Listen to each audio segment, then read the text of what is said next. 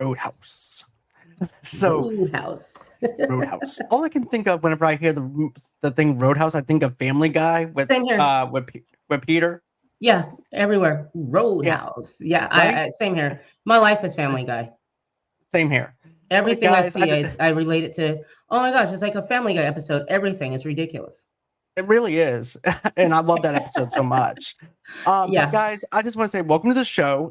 Rossi's here with me, as you can tell, and we're going to be talking about a little Roadhouse drama that's happened about 2 weeks ago, stuff like that. And we're also going to talk some Crow drama. We're nothing but doing drama today, it seems like, but it's going to be a fun show packed with some movie news and stuff like that. I hope you guys sit back, relax, and enjoy this and stuff like that. We're also going to talk about the stuff with Chris Duckman. I'm going to put a disclaimer whenever I get ready to talk about that, so that way I can have it better in context. So, without further ado, let's go on ahead. Let's get on with the show and let's do this.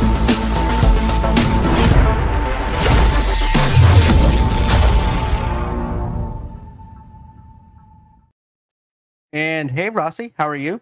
What's up, John? How are you doing? I'm doing great. It's Good. always And what's great up, to everyone actually, else? Hello, everyone else. yes, hello to everybody else. I hope that everyone's having a great and safe night. Absolutely. And all like, and you know, it's always great to be able to have you on the show, just talking movies, doing movie reviews, doing a Tupac mixtape that we just got done Ah, shooting that was so fun. not too long ago. But now here we are doing a movie news segment together, and I just want to say this: there is some drama going on with the whole entire Roadhouse issue. I Right. want to address here. So first off, I have a couple of articles I'm going to read off, and then guess what? Then Rossi and I will have the floor. We'll talk about it, and then it's up to you guys to interpretate how you guys receive the news and what you guys think of how we did it. So let's go on ahead. Let's do this.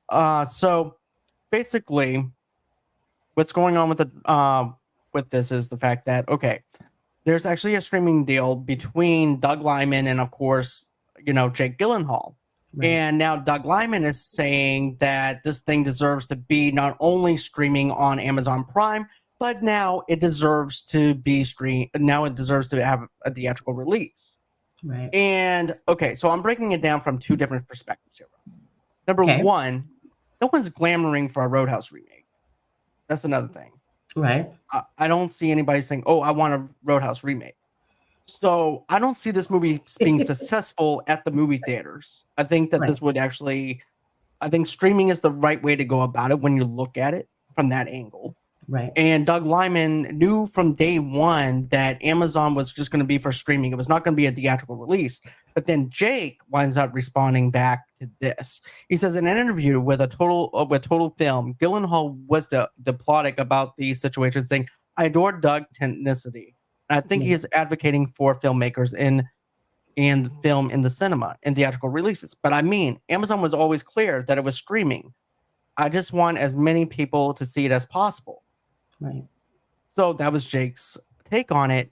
And if you sign that deal with the studios, you already know for a fact that you signed a deal with Amazon, and Right. that's how it's going to be. It's not going to be a theatrical release, Doug. Right. So therefore, you're not going to end up having that theatrical run. But what's your take on it? Like, first of all, let's talk about the whole Roadhouse thing really quick. I wasn't expecting that either, so I was kind of shocked that they were remaking Roadhouse. But I do get that it is a small cult. They have a cult following, so I do understand that. John and I were just talking about Roadhouse from Roadhouse. Family Guy. So anyway, so okay, so it's made its stamp on society. But as far as this story is concerned, I totally get where Doug's coming from as far as he felt as if Jake gave a great performance as John Dalton, and to him, it would have been better for them to stream it or not stream it, but have a theatrical release. So it playing in the theaters. But like you said, John, he knew that in the beginning. He knew that when they Mhm. signed this deal with Amazon, Amazon was very honest. It's going to be streaming on our platform and it's not going to be, in a theater. So everyone Right. did understand that and knew that.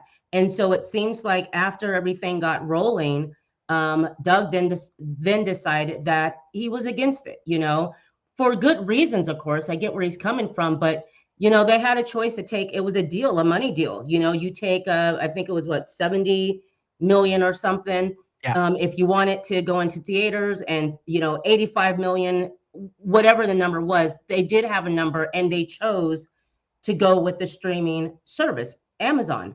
So you can't now go back and renege on a deal. It is what it is, and it's Amazon Prime. It's not like it's going to be streaming on Tubi. You know what I mean? Not No. saying that Tubi doesn't have a huge audience, but let's be real. Amazon has a huge audience, and it's. I believe that if anybody that loves Roadhouse, and if you are into Jake Gyllenhaal, he's a great actor. You're gonna go to Amazon and you're gonna watch it. And eventually, it'll be on HBO. But I get the fact that not as much money is made, and globally having Right. it released in a theater, not everyone's going to be able to see Jake's performance. Right. And I feel like this, okay? With with that and everything too. Hey Jojo, how are you? Hi, Joey. But here's the thing that I feel about Rossi, okay? Like I said, no one's clamoring for a Roadhouse movie. Right. And I get the fact that you don't make that much money with streaming services or anything like that. All you're looking for is basically subscribers, and therefore you need something new to pull new subscribers in. So therefore you make your money on new subscribers, not old subscribers. Right. Right. So Amazon's using a tool to be able to basically have new subscribers because of like, oh, Jake Gyllenhaal, he's going to be in the Right. Roadhouse remake. You also have a UFC fighter, Colin McGregor, that's going to be in there too with him. Right. Right. So it's like a 2-for-1 deal. So, I don't blame them for wanting to do this because Jake Gyllenhaal's a fantastic actor. Oh, he's great. He's absolutely great. And, you know, I don't see this movie making any money, even if it had a theatrical run. And that's just me being illogical here, even though it was a cult following and everything in the 80s too. Right. But I just don't see him making anything. And of course, Jake winds up responding nicely. I like how Jake responds to It was this. very nice. He Very gives nice. Doug a lot of respect, a lot of Yes. credibility. It's like, hey, look, Doug knew what he was getting into as soon as he Right. signed on that dotted line. It was Right. always going to be for Amazon. And because of that, we now have to go with Amazon, and it's just going to be for streaming, and it's Right. going to be an Amazon original.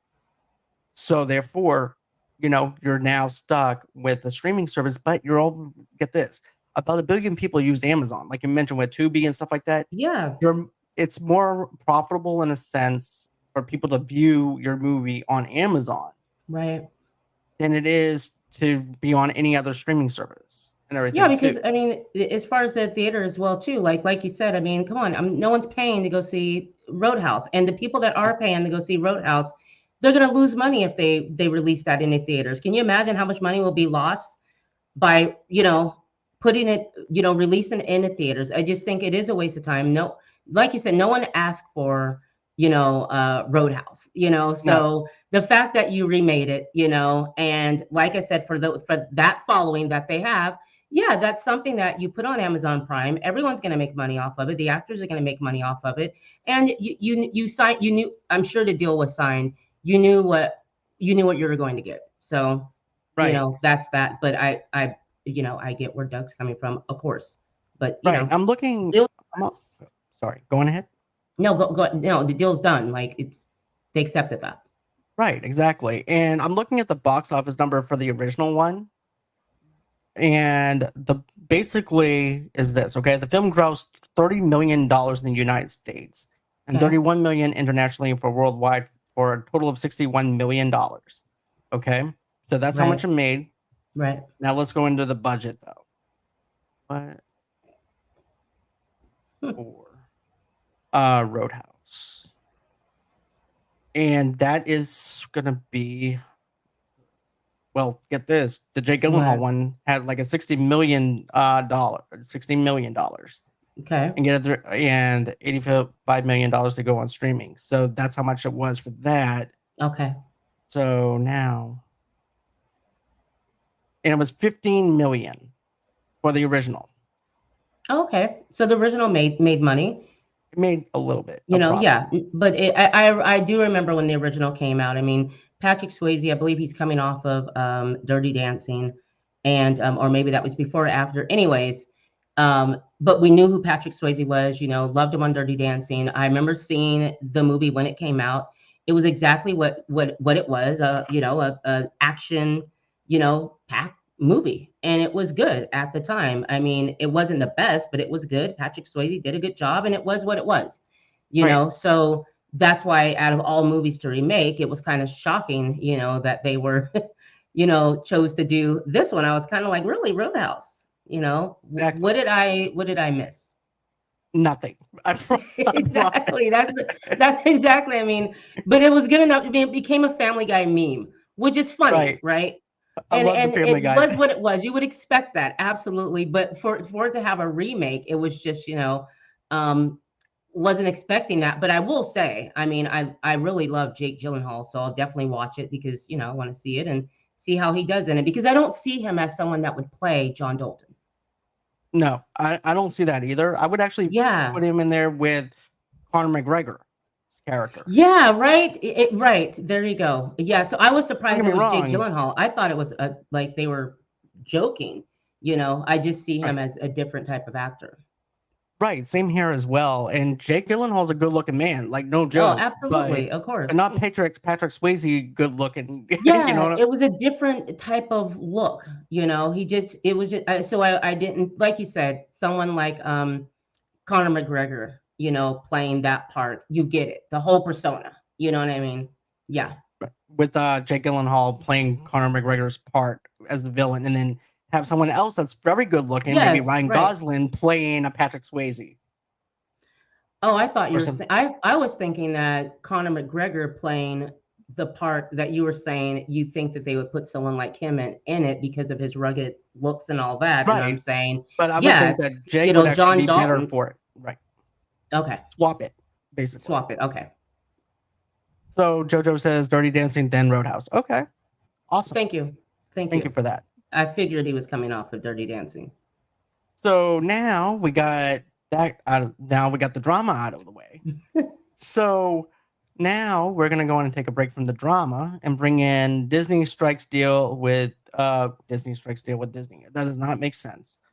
But no, Disney strikes deal with Sony for Yes, distribution of physical content and physical media. right. And this had everybody in an uproar. And at first I'm like, I don't know. I'm not like a Disney fan or anything like that. Right. Don't get me wrong, I like a couple of movies here and there, but I'm not Yeah, like but not, yeah. it's not like I'm gonna go ride the Magic Kingdom anytime soon or anything. But you know, but this is Yeah, coming from that's Variety. funny. Variety.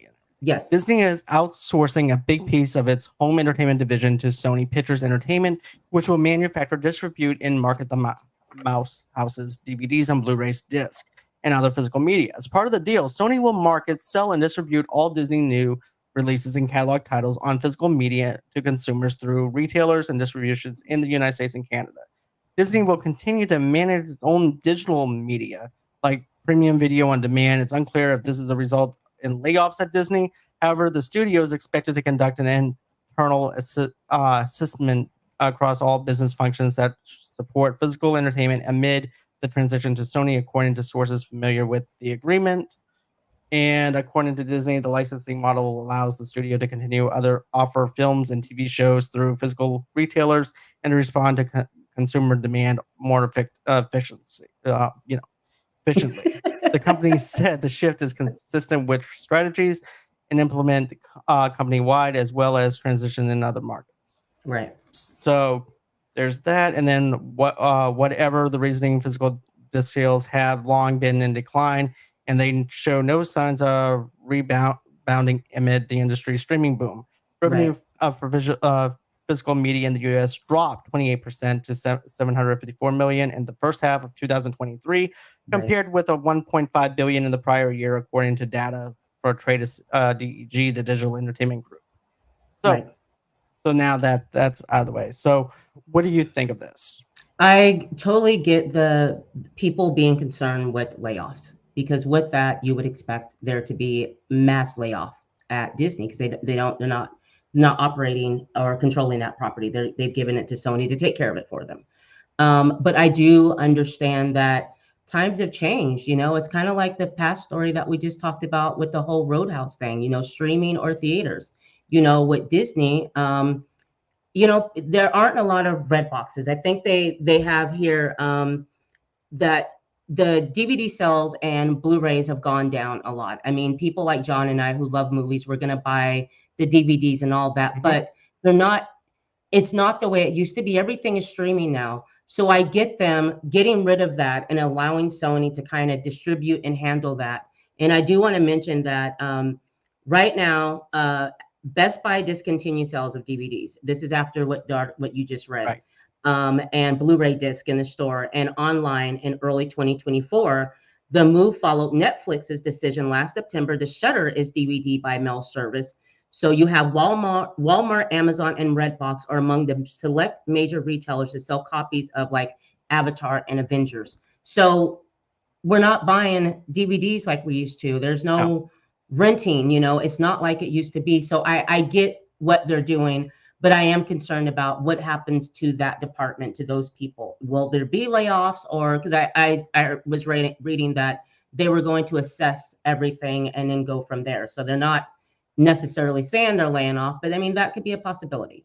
I have a feeling though it has something to do with layoffs though, because otherwise, why would you go ahead and try to strike up a deal with Sony when you've been Okay. basically distribution,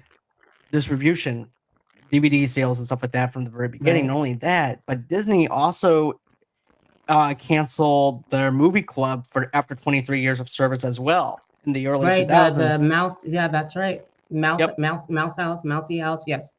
Yeah. So they get rid of that, and that's also part of physical content. Right. So I'm thinking that maybe Sony's like, look, we're going to distribute it, but you're going to have to drop something in order for us to work with you. Right. So I therefore, can understand that.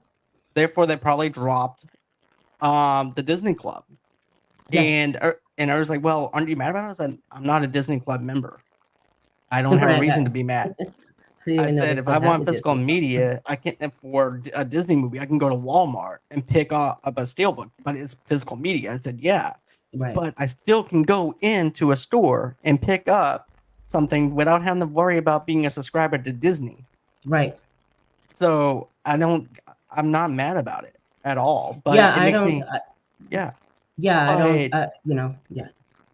But going off what you said though, DVD sales have been in decline. Yes, Yes. I follow physical media collectors like myself, like Yeah. yourself, on Yep. TikTok Then because, buy. and matter of fact, I pre-ordered the Crow 4K Steelbook. So, because that Yeah, thing I looks love having the like, the the DVD. Sorry, I don't mean to cut you off. My bad. no, go ahead. Um, I love having the DVD in hand. I'm one for physical Mhm. media. I like going to the store and buy, and I'm just one of those people. Like we said, I'm a gamer. I love movies, so I love having that. And I love to collect. So, but I understand where it's going, and I don't have a problem with it at all. It doesn't bother me. Like Me we said, neither. we're not, Mousy Club or Mickey Mouse Club or Mouse Club, Oh boy. subscribers, and No. I don't subscribe.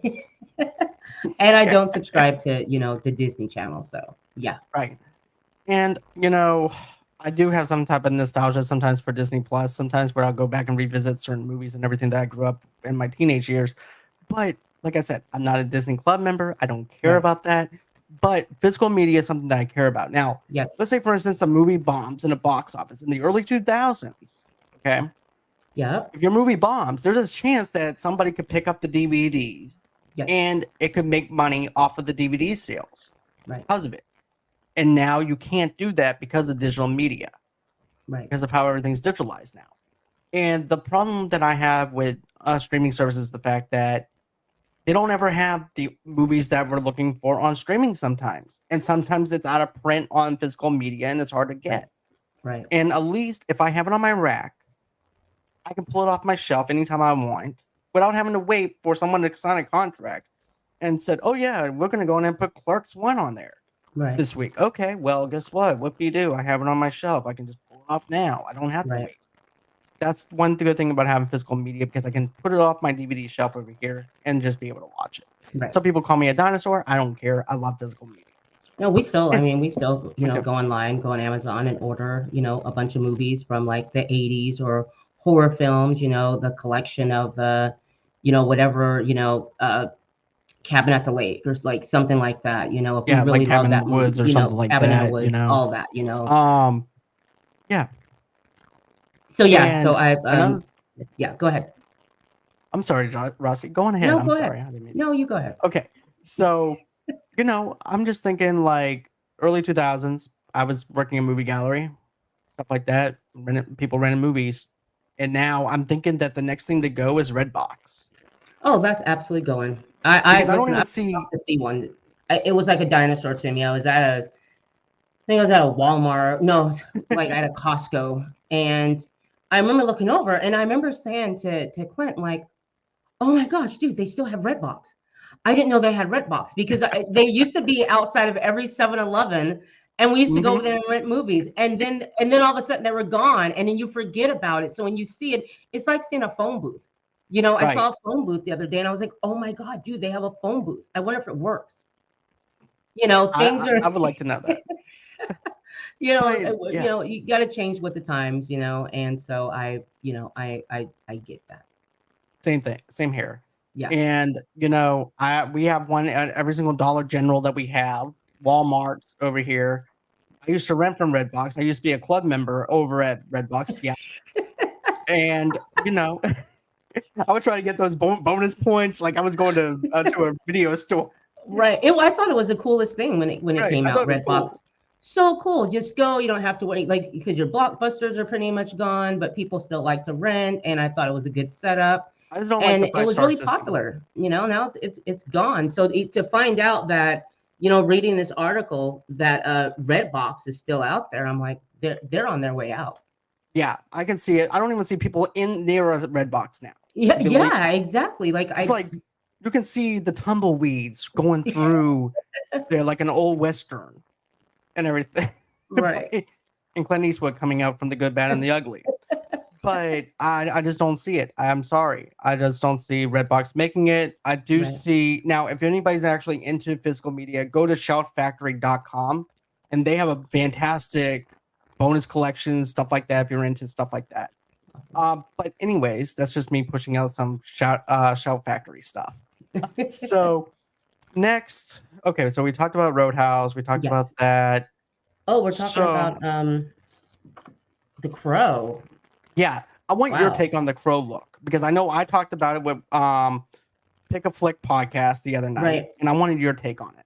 I was reading the article because I wanted to know a little bit more about what the problem is. And then when I saw the new look of the Crow, I it looks like he's part of the Suicide Squad.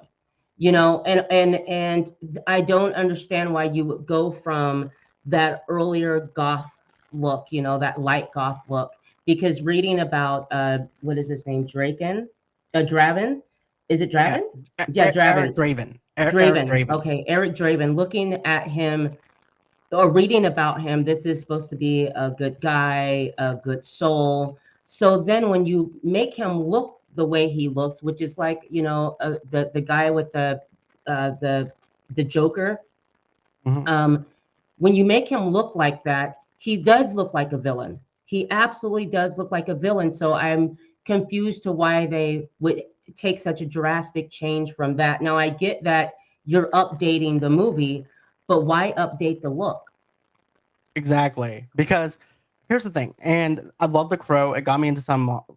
Talk about this all the time, but Hmm. it got me into a lot of good rock alternative indie music and stuff like that with Nine Inch Nails, things like that. Right. But aside from the music, okay, we have this grungy gothic kind of thing that actually felt kind of special. It had this melancholy kind of Yes. feel, Yes. Yes. and you have this soul that is a revenge story, but it's also a love story, Right.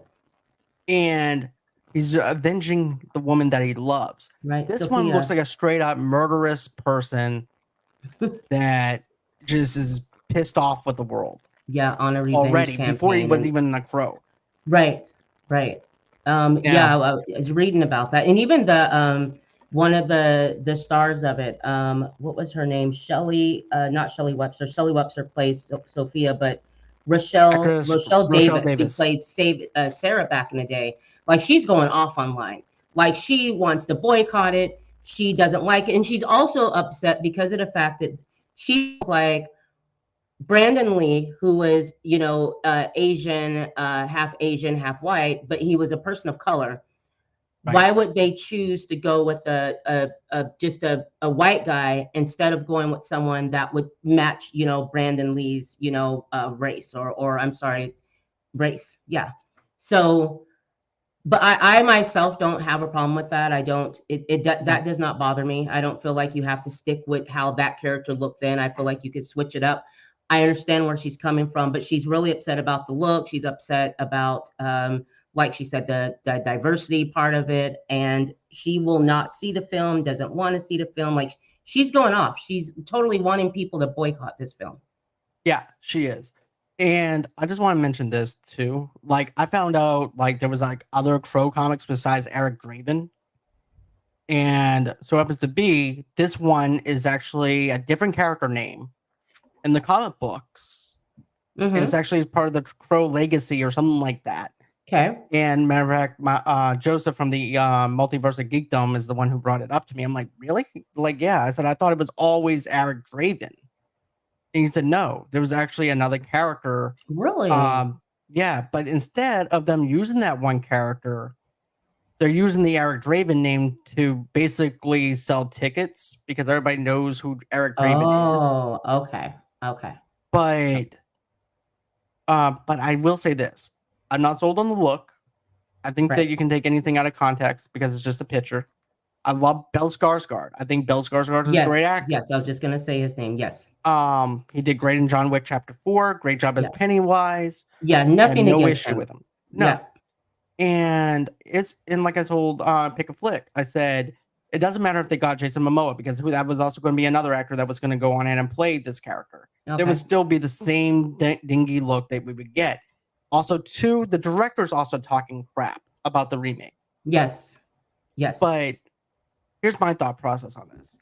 As an actress, as a director, I think it's a little unprofessional to talk crap about somebody else's work Right. as a director, regardless of the fact of the way it looks, right? Right. You had your shot. Nobody talked shit about your stuff. Right. To And go yes, at it looks someone else's. Right. right. That's how I feel. And it's only Yeah. going to amplify the Crow fans even more as well. Of saying, you see, they're talking about look how bad it looks. The actress, the director, they're busting their balls over there Yeah. Make because of people this. not. Right. And at first, I'm laughing at the fact. At first, I'm laughing at the fact that they're talking about how bad it looks. Then I had to think about this. We as movie reviewers and stuff like that, we can do that because of the fact that we're movie reviewers, we're pundits and stuff like that. Right. So Right. we're able to do that. Right. As someone that's a director, as someone Right. that's an actress, for me, it's a little unprofessional. What's I your get take on that. that? Um. That's just me, in my opinion, though. I don't have a problem with someone who directed the original one coming out and saying, I'm not too happy with the Right, where this is going. I don't have a problem with an actress saying, I'm not happy with, the way that they made him look, or I'm not happy with, I don't have a problem with that. I think that they can voice their opinions. Now, when you get mhm, to the point to where you're wanting the film to be boycotted, I think that, to me, that's going a little far, because that now you're saying, Bill Skarsgård, that affects him as an actor. He's mhm. playing that part. It affects the movie itself, and of course that's what you're wanting to do. You're wanting to affect that the film.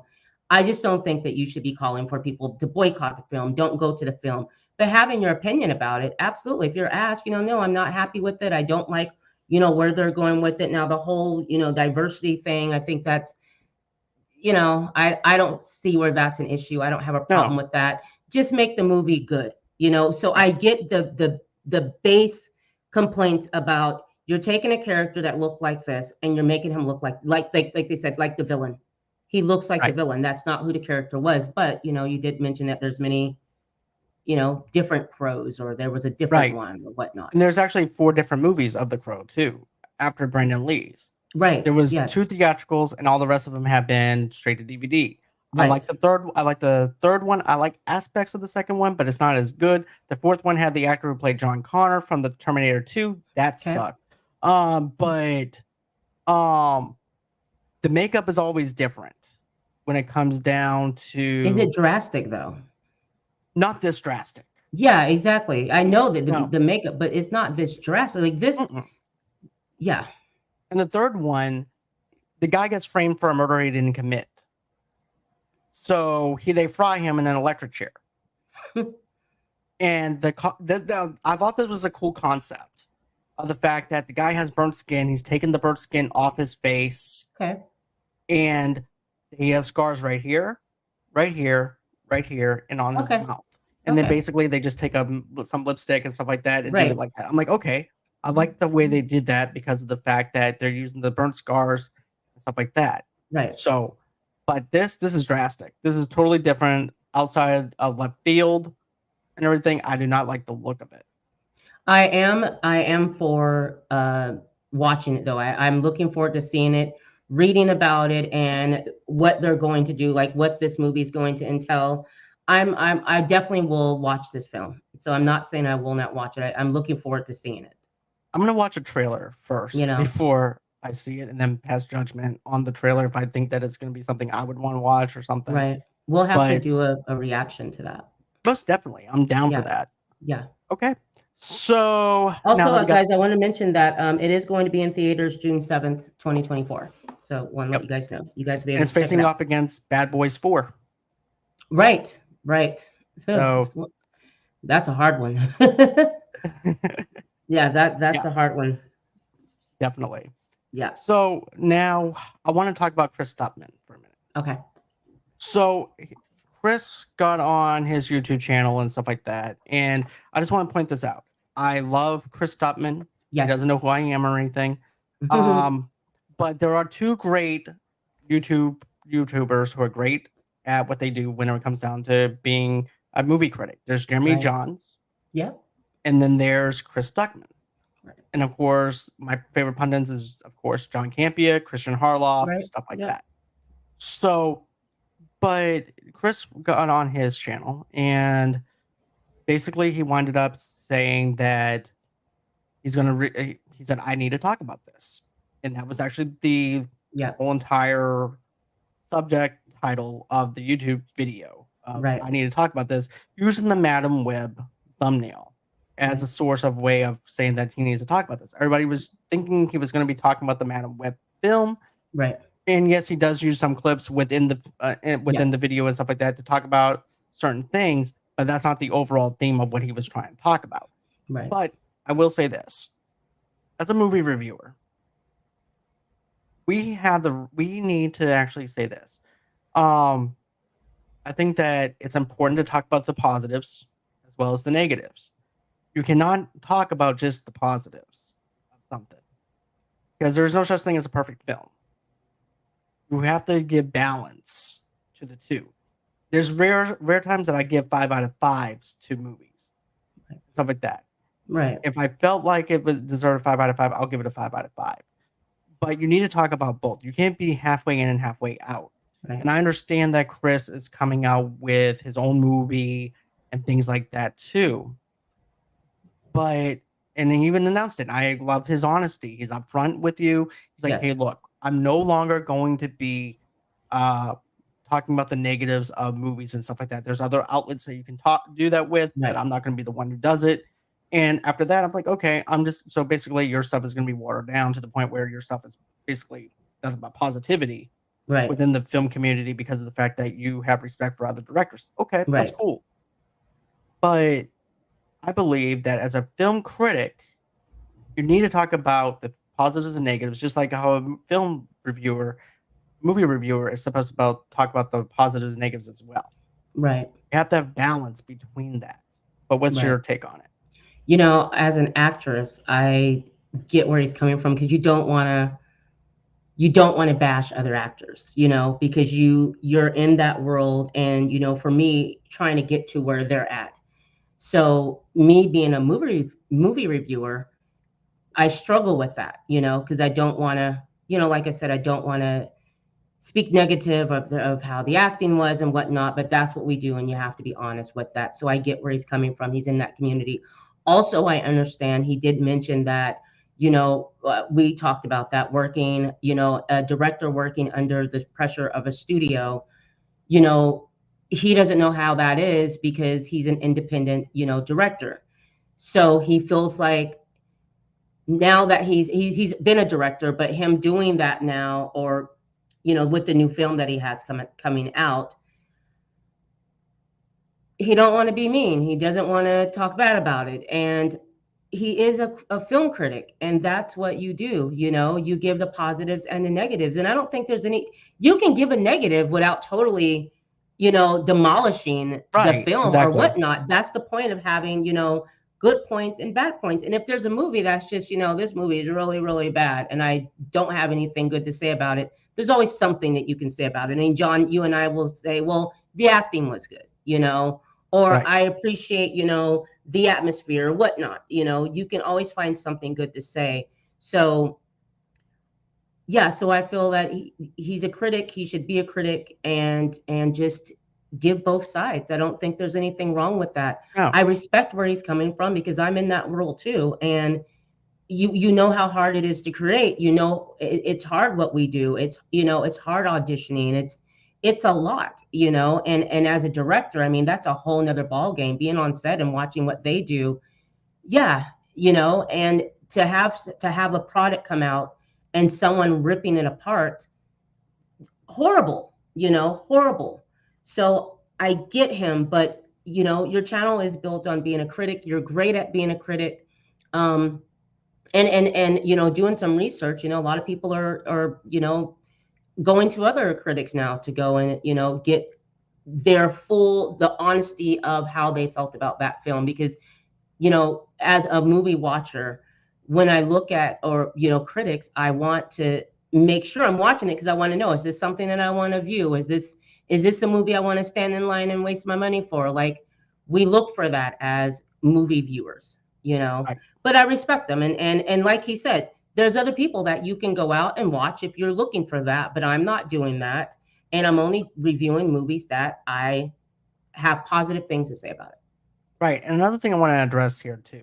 I'm not trying to tell him what he should review or shouldn't review Right, of or course. anything like that. That's not my job. My job is not to Right, tell him what, oh, you need to go ahead and review this movie and talk right, about it and just lay it down because the movie sucked or anything. No. right, Give your honest opinion. Tell us why you liked it. Tell us why you didn't like it. And that's right, it. You don't have to bash the movie to pieces to the point where there's nothing to build it back up again right. or anything. But I am a strong believer of the fact of, if you're going to have something in your title and then you Yes, go and you put something in there and you're not talking about that particular movie, even though right, you're basically subconsciously basically telling us it's not good right, and everything, and trying to draw that line between professionalism and critic. And I get this. I think it's impressive that he's trying to draw the line between the two of them. right. But I think there's a way to do it to the point where it's like, look, as a director, I think that it would have worked maybe this way. I was thinking maybe it could go this way with it, but they decided to go Yes. in a different Yep. direction. But they didn't. Just rephrase the way you review Absolutely. stuff Yep. and things like that. Because you know the ins and outs of a director, and you're not telling them how they should direct a movie. You're just telling people, hey, look, this is the way I thought it was going to go down because of the way that how things are done because of that. But Right. I also felt like, in a way, he was also basically crapping on the studios in a sense, because of the fact that he Yeah. said and he said basically that they have a lot of creative control. Yes, they do Yes. have creative control. And yes, studios should step in when they need to. And Right. yes, Warner Brothers and stuff like that were guilty of the stuff that they did with DC and stuff like that. Right. But here's the thing. That company's investing in you Yes. to do the best damn movie that you can actually put out, and hopefully it won't bomb. Right. And if it bombs, guess what? They're going to turn to you because of the fact that the movie bombed. And not only that, but people are going to end up, because of the fact that the company that they represent and Yeah. everything, people are going to look at the company, and they're Yeah. also going to look back over at the director too. And that's the way I see it. I think that I think that he shouldn't have did like that or anything like. But as far as crapping on the movies, like let's say for instance that I'm here to rebuild Rossi's house, and I draw her up the most beautiful blueprint. And Right. like, you know what, John, I don't want that fireplace there. But trust me, I'm an artist. I'm gonna put it in the living room. But I don't want it in the living room, John. I want it in my I want my fireplace in my bedroom Right. where me and Clint can relax. But trust me, you're gonna love it. So I put it in there. She doesn't like it. Guess what? I'm fired because of the fact that I put a fireplace that she didn't Out of like. here. Right. Yeah. Same case and scenario with this. It's a business. Yes. And you have to have creative control over the people that you hire. Yes. Representation. You're investing money into this movie, investing your money, time, and energy into the actors, directors, and producers and costume designers, all built up into this one thing. Yeah. So yeah. But I'm not going to tell Chris what he should and should not be doing. That he shouldn't review Madam Web or what he or anything like that. That's not my job. It's never been my job. I'm not here to target any kind of YouTuber or podcaster or anything like that. I've never been. This channel has never been built around that, and it won't ever be. No. But it's just certain things that I found that I needed to address, and so. Yeah, and I do want to say that, you know, like you said, if we don't like what he's doing, go and watch another critic. This is how it's going to be. This is what he's going to do. He's a great film critic, and you know, I'm subscribed to him, and I'll continue being subscribed to him. He's good at what he does. Exactly. So now that we moved on past that and Roadhouse drama and Chris Stuckman, okay, so that's everything for our main topics. Yes. So we actually have a question of the day. If you want to shoot us a question of the day, just email me at movieloversunite@gmail.com or email Rossi at rossitalks@gmail.com as well. And we'll take your live question on the air and give you a shout out for just sending us in your question. Absolutely. If we see it redeemable. Also, too, we also take questions on X as well, Twitter. But we go on ahead, we'll take that. As a matter of fact, Pillars of Support has come in and chimed in.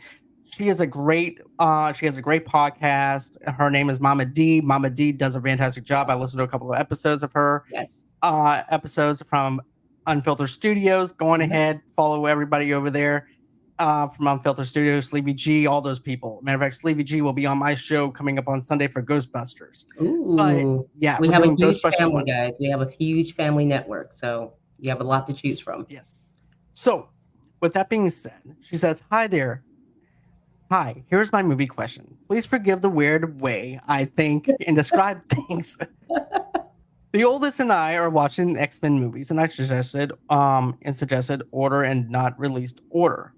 In X-Men Apocalypse, a young Colonel Stryker has Mystique, American Horror Story fast guy. Well, she actually takes the shape of different characters and stuff like that. So yeah, so Blue Hank, which oh my god, which is also is Beast. Yes. He has nicknames for everybody, and don't feel bad. I actually have nicknames for people in Game of Thrones too. But Blue Hank and Maria in the Circle Room when Sansa Stark. Wow. When Rogue is inside the room where Cerebro room is where they're at. Where basically Professor X can locate different X-Men and stuff like that. Right. So, anyways, is wandering around the place with Cyclops and Nightcrawler. They find and release Wolverine from a cage. He is mega pissed and confused, but has metal claws. Now, in the movie right before this one, Wolverine X-Men Origins, Logan got filled with metal juice by old Stryker when he planned to kill his brother for killing his girlfriend. That is also he lost his memories. Yeah. And because old Stryker is mega ass. Wow. So, how does Wolverine have metal claws and no memory in the Apocalypse movie, which obviously happened decades early? Will this be explained in a future movie? I haven't seen it yet. Is this plot hole, and did they explain what the timelines, which really annoys me. Okay, so the deal with when watching 20th Century Fox before it was taken over by Disney, Oh. spontaneity, continuity. It doesn't matter what you do to the X-Men franchise. They don't believe in timelines. But okay, so when you think of this, let me think here.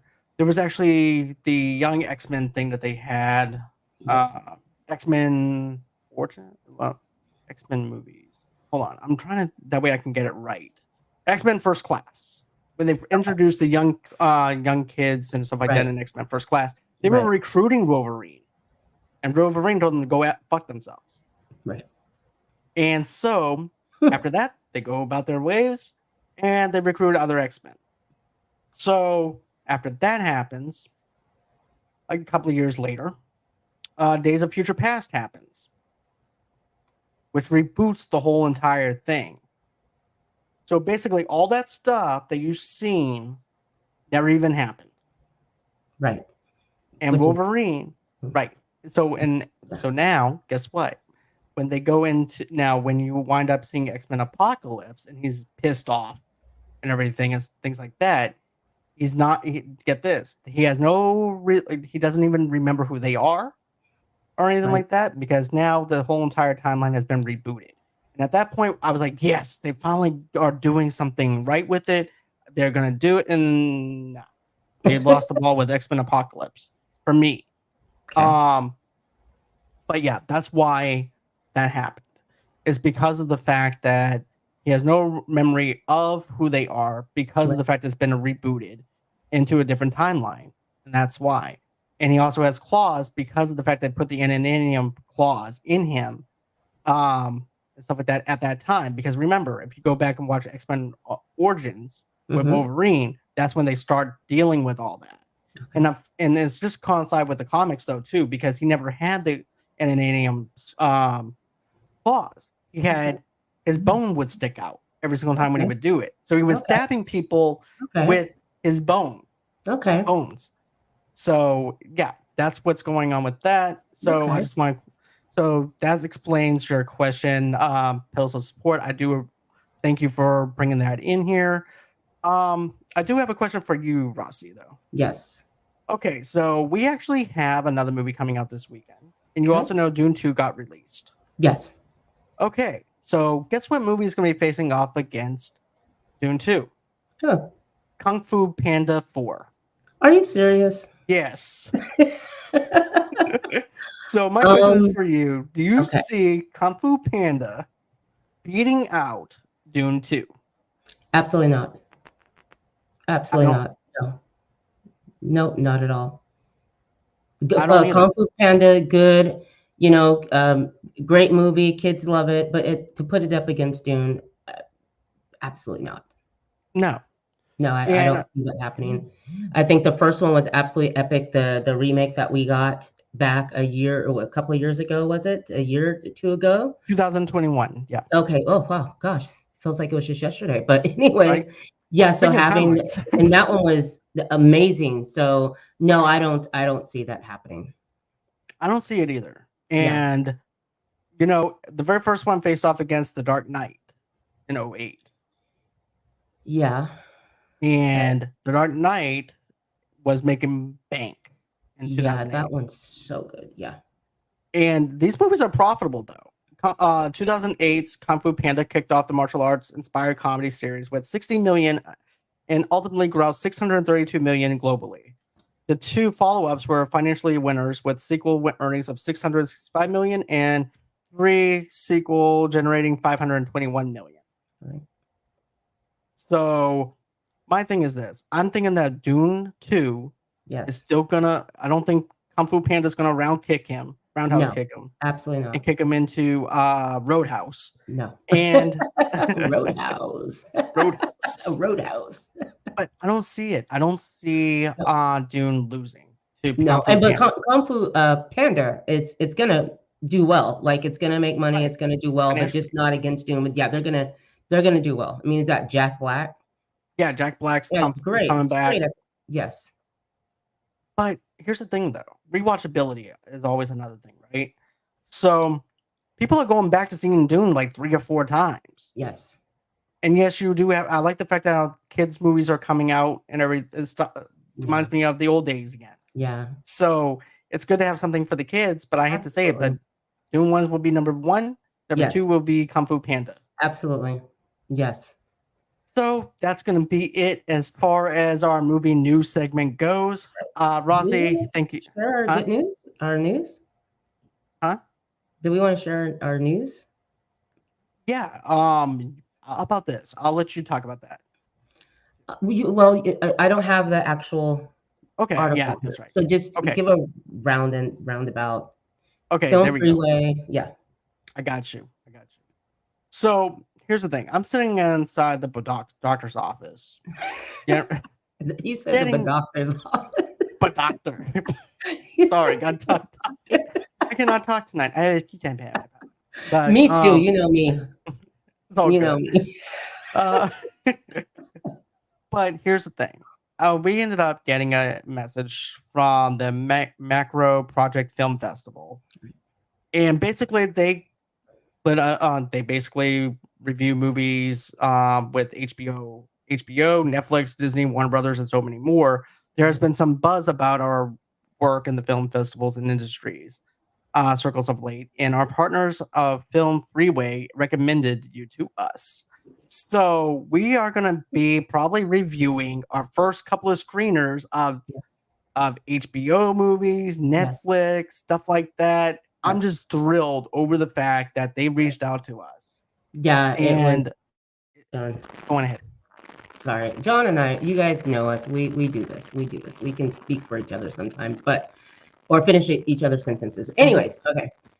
Dude, I'm sitting watching some TV, probably playing a little Valhalla, and I get a message from John, and he sends me that. And I'm just super stoked and excited because for John and I, we enjoy, coming here, doing reviews, and but we're doing this for a reason. We enjoy it, and we want this to be our future career. Something that we can really do great at and brand ourselves and make us a place where you guys want to come and see two regular smegular people giving you our opinions about movies and doing reviews. We love that. So to know that we've been watched, that someone's watching us, and someone of importance that we can, goodness, learn from and get great movies from, that's a really big deal for reviewers like us. So we are super excited and we appreciate you all reaching out to us, and that there's a buzz about Movie Lovers Unite.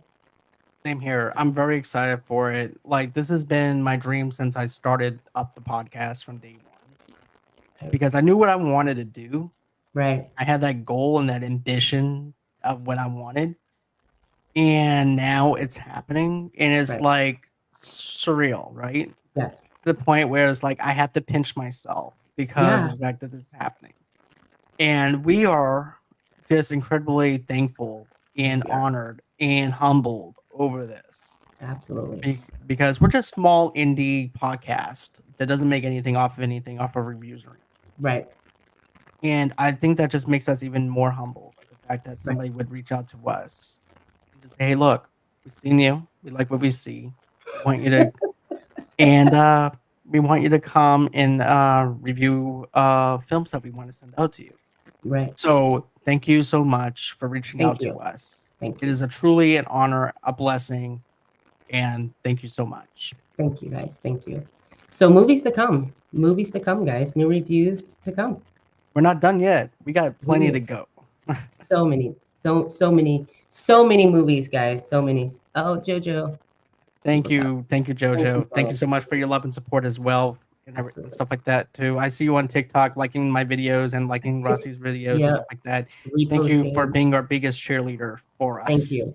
Absolutely. So that's gonna be it as far as the show goes, but I have some news as well. Okay. So as I mentioned, Sleevy G will be on my show Sunday at I have to look at my calendar. But it's gonna be at 7 o'clock. It's gonna be. Hold on, I actually have the schedule right here. Okay. So Ghostbusters is gonna be on March 10th at 8 o'clock p.m. Central Standard Time, 9 o'clock Eastern Time. Then I have the Reels podcast coming in with me and we're going to be reviewing Surf Ninjas. Awesome. So we're going to be doing some nostalgia stuff with that. That's going to be on March 16th at 7 o'clock p.m. Central Standard Time, which is going to be on a Saturday night. So we're going to be doing that. But yeah, just come on, enjoy talking Ghostbusters with us on March 10th at 8 o'clock p.m., 9 o'clock p.m. Eastern Time. We are doing rewatch reviews all the way up until the new Ghostbusters movie comes out. Cool. Can't wait for that. And also, guys, just to let you know, on March 20th, I have the wonderful, talented actress Kristen Duff that's going to come back through, and her and I are going to review Spider-Man. I think Spider-Man in the Metaverse, is it? Hold on. Spider-Man in the... Did I say Metaverse? It's close. It's verse, something verse. I haven't seen it yet. That's what's cool about it is I haven't seen it. Go ahead, John. Yeah. So the first one is Into the Spider-Verse. You're going to be watching that before you watch this. So Beyond the Spider-Verse is what you're going to be Beyond the reviewing. Spider-Verse, not Metaverse, not Facebook. Anyways, Kristen and I are going to review that. I love Spider-Man. Haven't seen the movies before, so Kristen loves Spider-Man, so I'm going to do that review with her. That's going to be a lot of fun. That's going to be on March 20th. And then on March 28th, I'm bringing the guys back for our gaming show, and we're going to do some gaming news. So you have Trust and Don Tucker and Jason Nichols. That's going to be coming through, and we'll be back on March 28th, guys, with some gaming news. So please tune in. Yep, and Rossi and I are going to be doing our Twister review as well. And we're not going to be playing the game Twister. We're actually going to be reviewing Twister the movie. Right. But I'm looking at my calendar. It's okay. You know what? I need one of those for me. But Dude, I have they're awesome. Dry erase, they're awesome. But Clint's telling me I need to move it because it doesn't look good right there. I should put something else right there. And I'm like, I just like it right there, you know? You know, So, he's not the art. Look, Yeah. he's the architect. He's being me right now. Use my analogy. Will you? Yeah, there we go. I like it. But yeah, you got to get one. I'll probably have to send you one, dude. They're really awesome. But okay, so it's not called Beyond the Spider-Verse. That's going to be the fourth one. That's going to be like the third one, but it's actually Across the Spider-Verse. Across the Spider-Verse, yes. Yep. Yeah, I'm looking forward to seeing that, playing the game. So can't wait to play or watch the movie. Me either. I can't wait to see that review that you guys do. But yeah, guys, that's going to be it as far as the show goes. Thank you so much, Jojo, for commenting, supporting us. Thank you to everyone that has supported us, and also too, thank you to Piddles Support for that awesome message as well. Go ahead and reach out to us at movieloversunite@gmail.com and at Rusty McCree. RossiTalks@gmail.com. All right, guys. Well, talk to you guys later.